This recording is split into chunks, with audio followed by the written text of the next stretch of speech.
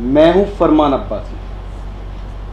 ये तो सभी सुनते आए हैं कि मजबूरी में साया भी साथ छोड़ देता है, लेकिन कुछ साए ऐसे होते हैं जो बुरे वक्त में ही चमकदार नज़र आते हैं, जिनमें से एक मेरे साथ मौजूद हैं अब्दुल्ला आरिफ। अब्दुल्ला आरिफ कांग्रेस के प्रदेश सचिव होने के साथ साथ मुजफ्फरनगर के महानगर अध्यक्ष भी हैं, जो कांग्रेस के ऐसे पिलर हैं जिस समय कांग्रेस का बुरा वक्त आया तो बड़े बड़े पिलर जो हैं वो तूफान से टकरा कर गिर गए और दूसरी पार्टी बदल कर वहाँ चले गए, लेकिन अब्दुल्ला आरिफ डटे रहे। ये एक ऐसा पिलर है जो कांग्रेस का मजबूत पिलरों में से एक पिलर माना जाता है। तो अब्दुल्ला आरिफ जी हमारे साथ हैं, हम उनसे खास बातचीत करेंगे। सबसे पहले आपका बहुत बहुत स्वागत है हमारे चैनल पर। शुक्रिया फरमान भाई। मेरा सबसे पहला सवाल, आरिफ अब्दुल्ला जी, आप कांग्रेस के बुरे समय में भी साथ रहे जी। जब कांग्रेस का बहुत बुरा वक्त चल रहा था, 1500 ऊपर पार्टी सिमट गई थी विधानसभा के चुनाव में, उस समय भी आप पूरी मजबूती के साथ आपने पार्टी के झंडे को मजबूती से थामे रखा। इसे वफादारी कहे या कहीं और पार्टी में आपको मौका नहीं मिल पाया? नहीं, देखिए फरमान भाई, हमारे लोग 2022 में पार्टी छोड़ करके गए, जिसमें से आदरणीय हरिंदर मलिक जी आज सांसद हैं और पंकज भाई विधायक हैं। ये परिवार मेरे से जुड़ाव रहा। उधर सहारनपुर में इमरान मसूद साहब, वो भी कांग्रेस में थे, तो ये दोनों परिवार से मेरा लगाव था और एक साथ हमने राजनीति करी। ये दोनों परिवारों ने पार्टी छोड़ी, लेकिन मेरी अंतरात्मा ने कहा कि मैं कांग्रेस पार्टी ना छोड़ करके पार्टी का झंडा लेकर के चलूं, क्योंकि कहीं ना कहीं जो लोग पार्टी छोड़ करके गए हैं उनके अंदर आज भी ये चीज़ थी और है कि कांग्रेस ही एक ऐसी पार्टी है जहां वातावरण ठीक है। और कांग्रेस में आज भले ही कोई सांसद बन गया, कोई विधायक बन गया, इमरान भाई भी एमपी बन गए और आदरणीय एमपी साहब भी, हरिंदर मलिक जी भी एमपी बन गए। देखिए, राजनीति का तो यही मोल होता है, जहां आपको दिखाई दे कि हमारा मामला ठीक रहेगा, नेता वहीं चले जाते हैं और वो कामयाब भी हुए। तो मैं तो उनको शुभकामनाएं दूंगा, भविष्य के लिए भी बधाई दूंगा। लेकिन मेरे कांग्रेस में रहने का कारण तो यही रहा कि मैं नहीं छोड़ करके गया, मैंने कांग्रेस को प्राथमिकता दी और इस विचारधारा से मैं ही पैदा हुआ था और इस विचारधारा में ही मरेंगे। तो उन लोगों को क्या कहना चाहोगे जो पार्टी छोड़कर चले गए? देखिए, जो लोग पार्टी छोड़ करके चले गए वो बहुत मजबूत लोग थे। इमरान भाई तो अब भी पार्टी में आ गए, बेहद मजबूत हैं। पश्चिम उत्तर प्रदेश के कद्दावर नेताओं में हैं हरिंदर मलिक जी, पश्चिम उत्तर प्रदेश के जाट सबसे बड़े नेता हैं। जो पार्टी, वजह क्या रही कि इमरान मसूद एक मजबूत नेता है लेकिन कोई पार्टी उन्हें हजम नहीं कर पाई, फिर वापस कांग्रेस में आना पड़ा? देखिए, इसलिए हजम नहीं कर पाई पार्टियां उन्हें, वो सीधी बात करते हैं, उनका विजन क्लियर है, वो लारे लपेटे वाली बात नहीं करते हैं। उन्होंने किसी समाज की अगर आवाज़ उठाई है तो वो उठाई है, उससे पार्टियां परेशान होती हैं। अगर वो समाजवादी के नेता उन्हें पहले कह देते थे, कहने लगे ये तो मुस्लिम नेता है, खाली मुस्लिमों की बात करता है। इस चुनाव में 4 चुनाव हारने के बाद वो ये चुनाव जीते हैं और दलितों का वोट मिला, गुर्जरों का मिला, ठाकुरों का मिला, सैनियों का मिला, कश्यपों का मिला और मुस्लिम गया एक तरफा, वो जीत गए। क्यों मिला?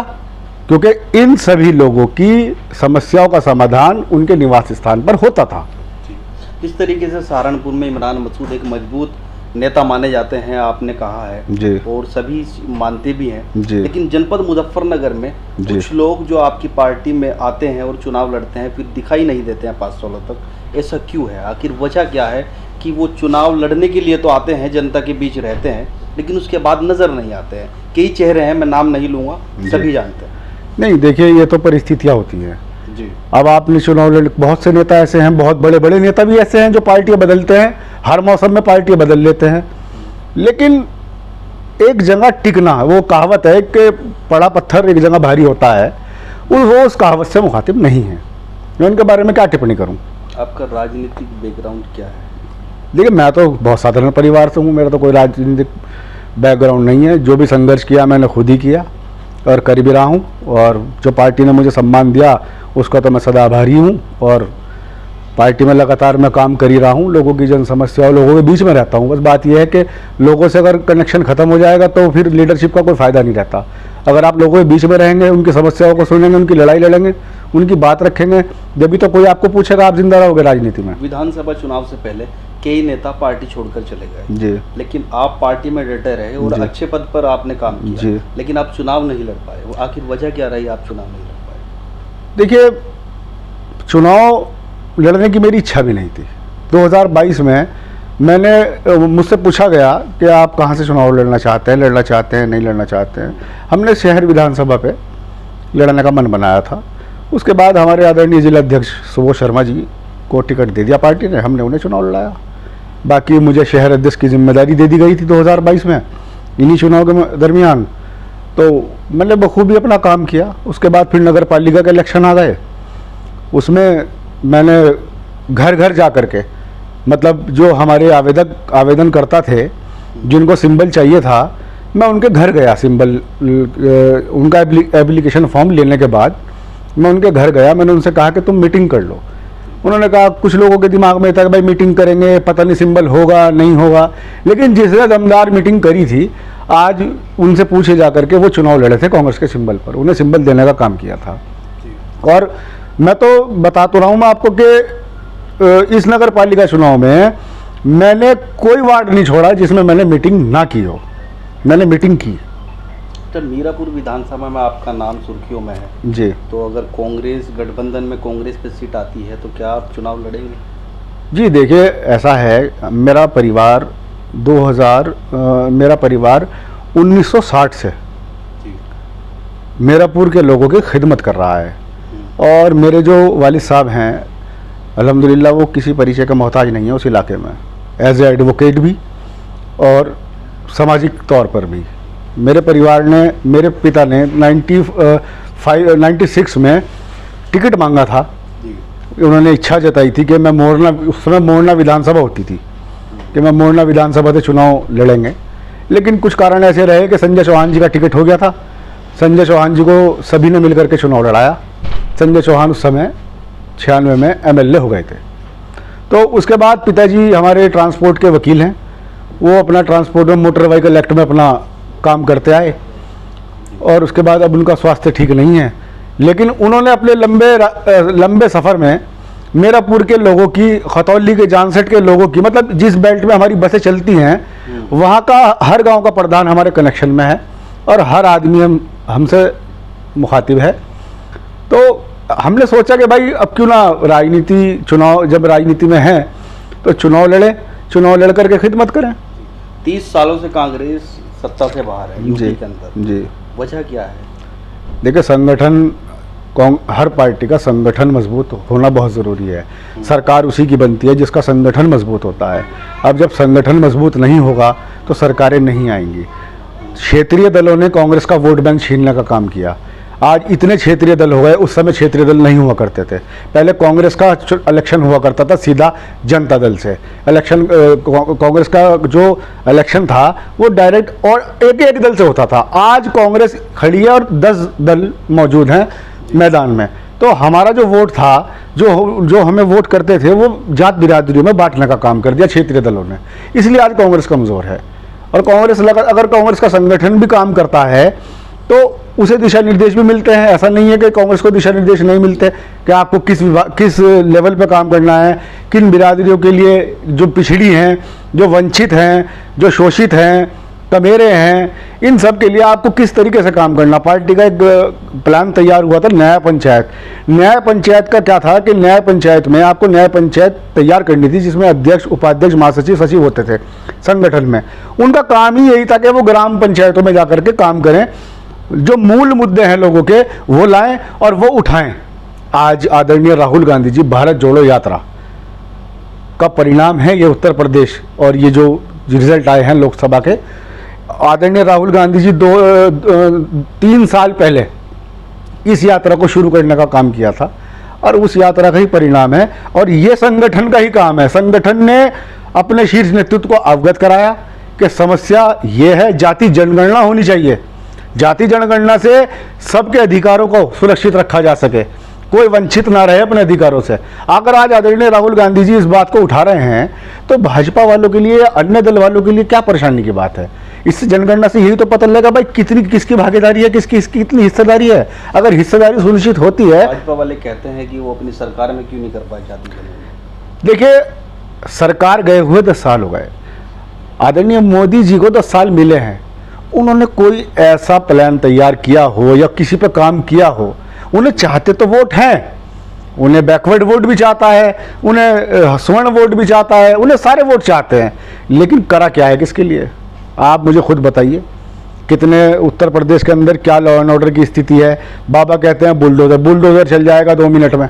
ये नहीं पूछेंगे कि बुलडोजर वाले का मकान है नहीं है, किराए का मकान में रह रहा है, कहाँ में रह रहा है। अगर किराए का भी मकान है तो उस पर भी बुलडोजर चल रहा है। संविधान में बुलडोजर का जिक्र कहाँ है? देश के कानून में, देश में कानून का राज कायम है, बुलडोजर का राज कायम है, कानून का नहीं है। आप मुझे बताइए कि कौन से संविधान में लिखा है बुलडोजर?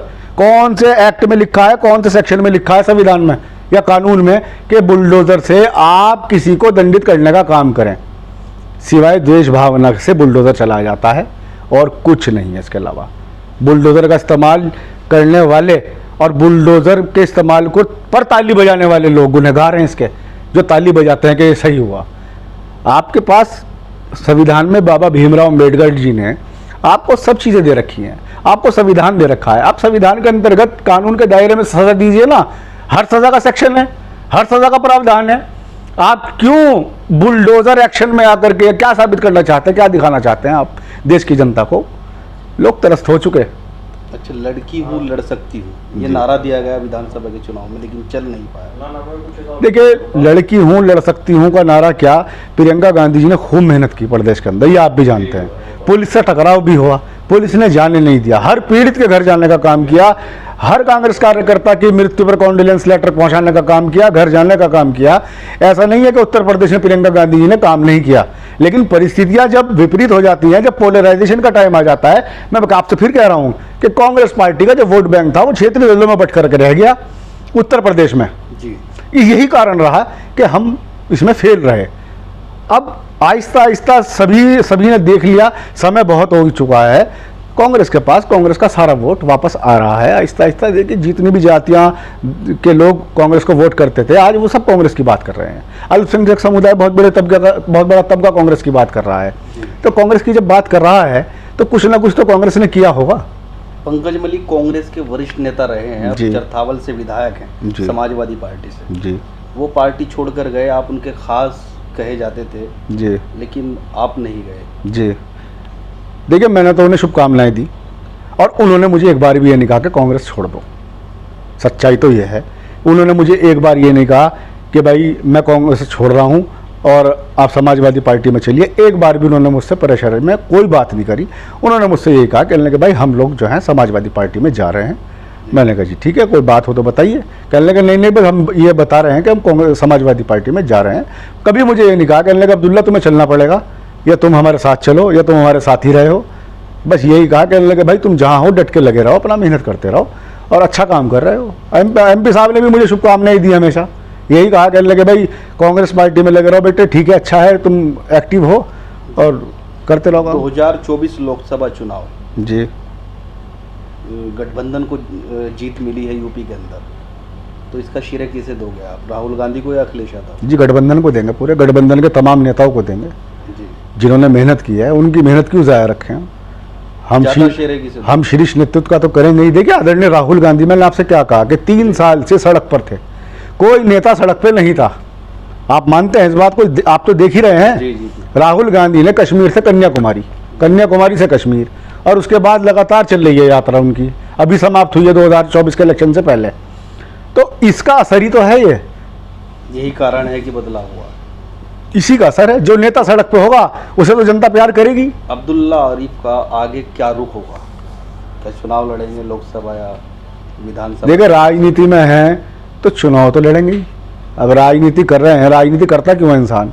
राजनीति यही करता है कि वो ताकत में आए, और उसके लोग ये इंतज़ार करते हैं कि हमारा नेता ताकत में आए, हमारे समाज का काम हो, हमारे लोगों का काम हो, दबे हुए कुचले हुए वंचित समाज के लोगों की आवाज़ उठे। कोई नेता अगर आवाज़ उठाता है तो लोग उसको चाहते हैं कि ये सदन में ज़रूर पहुंचना चाहिए। अब सदन में जाने के लिए अगर हमारे लोग चाहते हैं कि हम सदन में पहुंचें तो ज़रूर पहुंचेंगे। मौका प्रस्त नेता और वफादार नेता में क्या अंतर मानते हैं? देखिए, मौका प्रस्त तो हवा भांप लेता है कि हवा किसकी है, वो हवा के साथ चलता है। मौका प्रस्त की तो ये है, हवा के अनुसार ही वो अपना मूवमेंट करता है, और वफादार नेता किसी हवा का इंतज़ार नहीं करता। वो सिर्फ ये चाहता है कि उसकी पार्टी जो है वो जनाधार बढ़े, उसकी पार्टी सत्ता में आए और लोगों के काम हो। चलिए, बहुत बहुत शुक्रिया। आप क्या संदेश देना चाहेंगे हमारे दर्शकों को? देखिए, मैं तो यही संदेश देना चाहता हूँ। मेरा सबसे बड़ा तो टारगेट यही है। मैंने हमेशा मुजफ्फरनगर के युवाओं से खास कर यही अपील की है हर इंटरव्यू में कि आप लोग राजनीति में आएँ। राजनीति में आपकी भागीदारी होगी तो आप देश का भविष्य हैं। आप लोगों के हाथ में कल को देश की कमान आनी है। आप लोग ही सांसद बनेंगे, आप लोग ही विधायक बनेंगे, आप ही चेयरमैन बनेंगे, आप ही जिला पंचायत अध्यक्ष बनेंगे, आप लोग ही सब कुछ बनेंगे। लेकिन आप लोग ईमानदारी से अपने लोगों के काम कराइए, अपने लोगों का साथ दीजिए, और सारे मूल मुद्दे जितने भी समाज के हैं, हिंदू मुस्लिम राजनीति के बंटवारे पर रोक लगवाइए। ऐसे राजनीति करने वालों का विरोध कीजिए और भाई से भाई को मिलाने वाली बात कीजिए।